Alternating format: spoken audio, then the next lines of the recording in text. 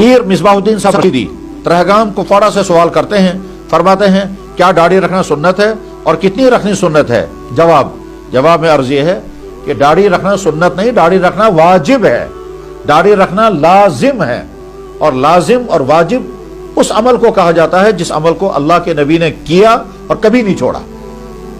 جس عمل کو اللہ کے نبی نے ہمیشہ کیا اور کبھی نہیں چھوڑا اس کو کہا جاتا ہے واجب، جیسے عید کی نماز۔ اللہ کے نبی اعظم جب عید کی نماز شروع کی تو پھر آپ نے کبھی نہیں چھوڑی، حالانکہ عید کی نماز کا حکم کہیں قرآن کریم میں نہیں ہے۔ تو سمجھ لینا چاہیے کہ واجب اس عمل کو کہا جاتا ہے جس عمل کو اللہ کے نبی نے کیا، تسلسل سے کیا اور کبھی نہیں چھوڑا اور چھوڑنے کی اجازت بھی نہیں دی، اس عمل کو واجب کہا جاتا ہے۔ اس لیے ساری امت کا متفقہ فیصلہ یہ ہے کہ داڑھی رکھنا واجب ہے، لازم ہے، اور داڑھی مونڈ جانا جو ہے وہ سخت گناہ ہے، سخت منع ہے، اور تمام کتابوں میں لکھا ہوا ہے۔ لہٰذا یہ سوال ہی کرنا صحیح نہیں ہے کہ صاحب داڑھی رکھنا سنت ہے یا غیر سنت ہے، نہیں، سنت کا اس میں کوئی تعلق نہیں ہے، داڑھی رکھنا واجب ہے، لازم ہے۔ اللہ کے نبی علیہ الصلوۃ والسلام جب کسی چیز کا حکم دیتے ہیں تو حکم بھی واجب ہوتا ہے، چنانچہ ایک علم ہے اصول فقہ جس کو ہمارے علماء جانتے ہیں، اس اصول فقہ کا ایک ضابطہ ہے الامر للوجوب، یعنی اللہ کے نبی جب کسی چیز کا حکم کریں تو وہ چیز واجب ہو جاتی ہے۔ تو داڑھی رکھنے کا آپ نے حکم دیا ہے، اور ایک حدیث میں نہیں ہے، متعدد احادیث میں ہے، اور وہ احادیث تمام کے تمام صحیح احادیث میں، بخاری شریف، مسلم شریف وغیرہ، تمام صحابہ میں سے کوئی ایک صحابی بھی نہ داڑھی کا مونڈنے والا تھا نہ داڑھی کترنے والا تھا۔ اور اس سلسلے میں ساری امت کا فیصلہ یہ ہے کہ داڑھی کی کم سے کم مقدار، وہ بھی صحابی کے عمل سے معلوم ہوئی ہے، داڑھی کی کم سے کم مقدار ایک مٹھی کے بقدر ہے، اس سے کم داڑھی رکھنا درست نہیں ہے۔ لیکن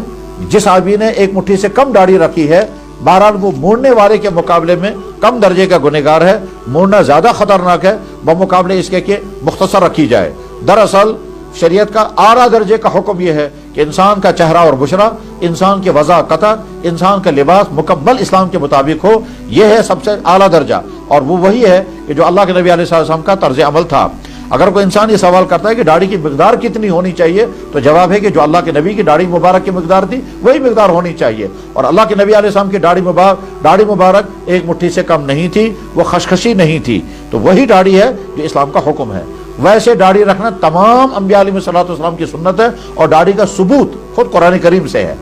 ثبوت میں عرض کر رہا ہوں قرآن کریم سے ہے۔ اللہ جل شانہ نے حضرت موسیٰ علیہ الصلوۃ والسلام کے واقعے میں بیان فرمایا کہ جب موسیٰ علیہ الصلوۃ والسلام طور پر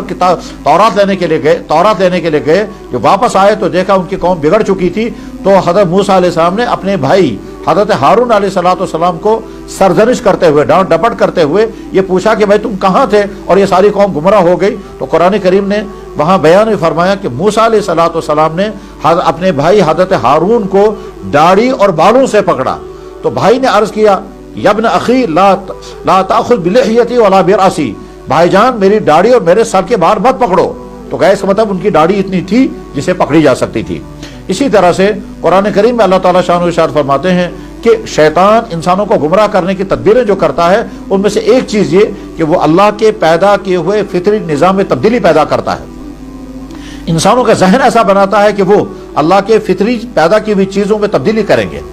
فَلَا يُغَيِّرُنَّ خَلْقَ اللَّهِ، شیطان کے گمراہ کرنے کے اعمال کو بیان کیا گیا 5ویں پارے میں، جس میں شیطان یہ کہتا ہے کہ میں انسانوں کو گمراہ کروں گا تو اللہ کی تخلیق میں تغیر کریں گے۔ چنانچہ جہاں یہ آیت ہے اس کے ذیل میں تمام مفسرین، حضرت مولانا مفتی محمد شفیع صاحب رحمہ اللہ تعالی نے معارف القرآن میں، حضرت میر واحد مولانا محمد یوسف صاحب نور اللہ برکتہ نے کشمیری ترجمہ قرآن تفسیر میں نقل فرمایا ہے کہ داڑھی کاٹنا اسی تغییر خلق اللہ میں آتا ہے جس کو قرآن کریم میں منع کیا گیا اور شیطان کا عمل بتایا گیا۔ بہرحال اسے پرہیز کرنے کی ضرورت ہے اور داڑھی ویسی رکھنی چاہیے جیسا شریعت اسلامیہ نے ہمیں حکم دیا ہے۔ اگلا سوال آپ کا یہ ہے کہ کیا داڑھی کا حکم قرآن کریم میں ہے؟ جواب حکم تو قرآن میں نہیں ہے مگر ثبوت قرآن سے ضرور ہے، اور حکم جیسا کہ میں نے عرض کیا اللہ کے نبی علیہ السلام کا حکم بھی ہے اور آپ کا عمل بھی ہے، حدیث قولی اور حدیث فعلی دونوں سے اور تمام انبیاء علیہ السلام کے مشترکہ عمل سے داڑھی کا ثبوت اور وجود ثابت ہے۔ جو شخص داڑھی نہیں رکھتا اور پھر وقت اذان دیتا ہے، یہ امامت کرتا ہے، کیا اس کی اذان اور اقامت درست ہے؟ جواب ہے کہ اذان بھی درست ہے اور امامت بھی درست ہے، مگر ایسے شخص کو مستقل امام بنانا مکروہ تحریمی ہے، اور فتویٰ کی تمام کتابوں میں یہی لکھا ہوا ہے۔ جو لوگ داڑھی نہیں رکھتے ہیں کیا ان کی نمازیں ادا ہو جاتی ہیں؟ جواب ہے یقیناً نمازیں ادا ہو جاتی ہیں،